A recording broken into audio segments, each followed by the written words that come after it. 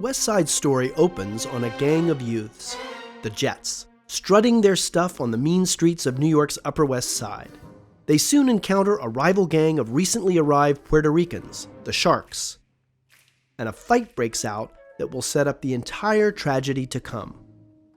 The surprise? This opening sequence is told entirely without words, through dance and music.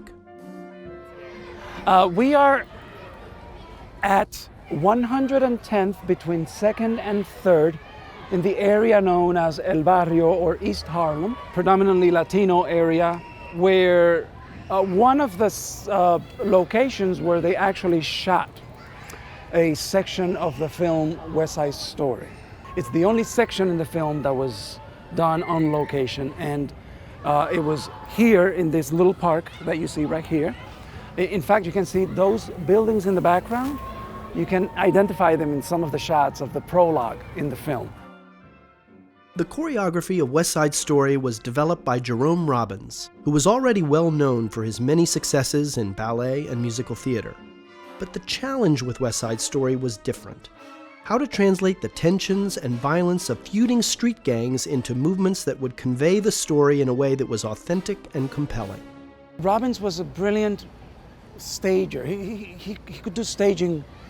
He could structure it in a way that felt very complete, even if it's the prologue, which is about 8 minutes, 10 minutes at the top of the show.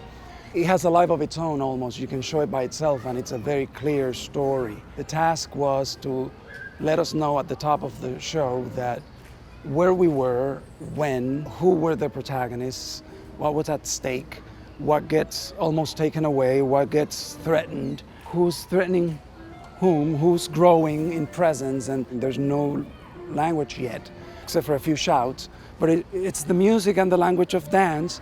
He's telling us what this story is about. Just like America itself, the choreography of West Side Story is a melting pot of different cultural influences attempting to come together into one coherent narrative. Of course, the foundation of it, I would say, is ballet, because Robbins was a ballet master, and that was pretty much his main language. He was an incredible ballet choreographer. So he brought that to music theater. But then also, of course, in West Side, you have stage fighting, you have physical comedy, you have slapstick, you have the Lindy, the American swing dance, you have the mambo, and a lot of street-themed moves and behavior. And it's pretty much all of it sort of like integrated very beautifully, very seamlessly. As immigrants flooded to the United States, after all the political and social upheavals of the early 20th century in Europe, they brought their art forms with them. The School of American Ballet, for example, was founded in 1934 by a dancer and choreographer named George Balanchine, who had fled the new Soviet system in Russia. You get artists that start touring, bringing this art form all over the world, but especially in America, and they were asking themselves, how do we make all of that ours? How do we create our own American vernacular, and how do we tell our American stories through this art form that is so classical? And they started creating ballets for America with American themes. And Robbins was doing something similar, and all of that trickled down to Broadway because a lot of these artists were working on both areas. Robbins also went one step further by incorporating more interpretive behavioral movements into the dance.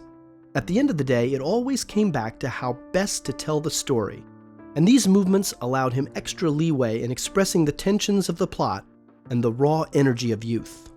Throughout the entire piece, there's always a balancing act between stylized jazz, contemporary, social dances, stage fight or physical comedy. All of a sudden, there's always this play between hitting those classical moments and sort of loosening up to give place to more interpretive kind of movement.